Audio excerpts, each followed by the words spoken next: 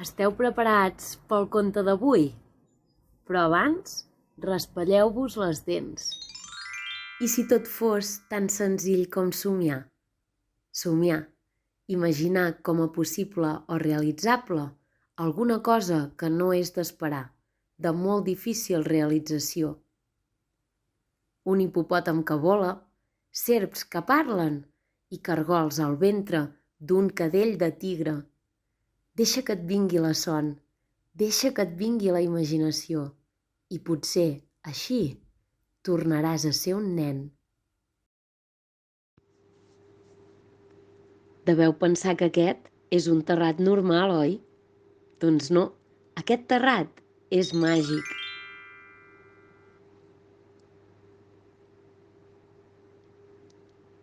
Cada nit, quan estic a punt d'anar a dormir, sento una veu que m'explica un conte. De vegades em ve veure un gall que de tant cridar es queda afònic. D'altres, un cadell de tigre que li encanta menjar cargols. De vegades ve un gripau que li agrada fer surf pel riu. I si no, un hipopòtam que vol aprendre a volar. De tant en tant ve un cocodril que té unes dents que semblen diamants. I si no, un cranc tan presumit que no para d'emmirallar-se al mirall. I a vegades, quan és molt fosc, ve un paó de colorins que em fa companyia fins que em quedo dormida. Voleu saber què és el que em diuen? Ara us ho explico. Diamant, dents de sabre.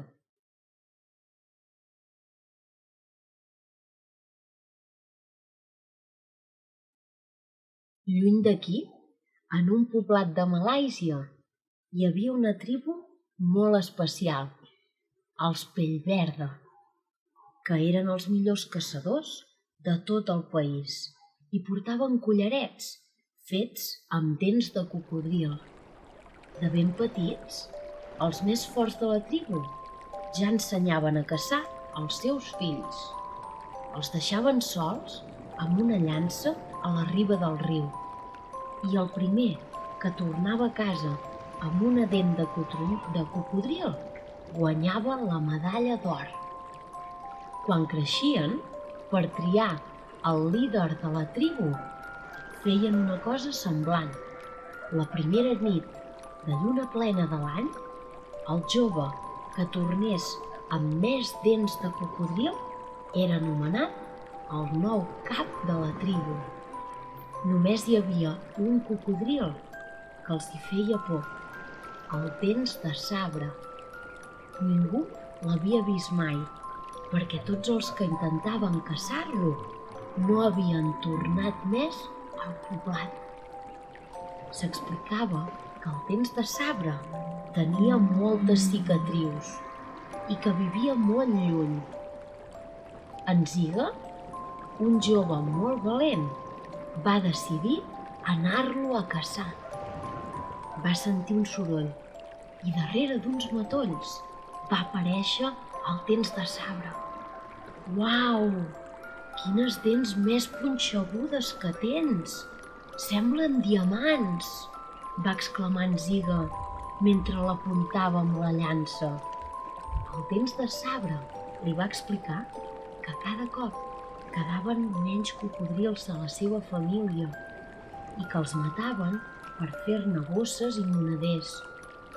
Diamant, va dir en Ziga, si em dones una de les teves dents, convenceré el meu poble perquè no mati més cocodrils.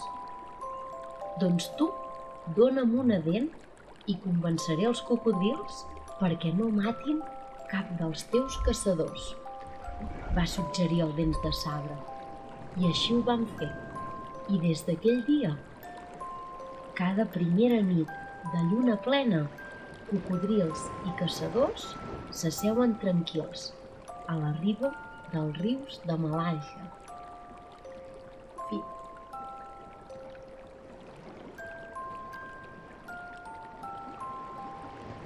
I vet aquí un gall, vet aquí un tigre, que ja s'ha fos aquest llibre I vet aquí un tigre, vet aquí un gall, que la lluna ja fa un badall.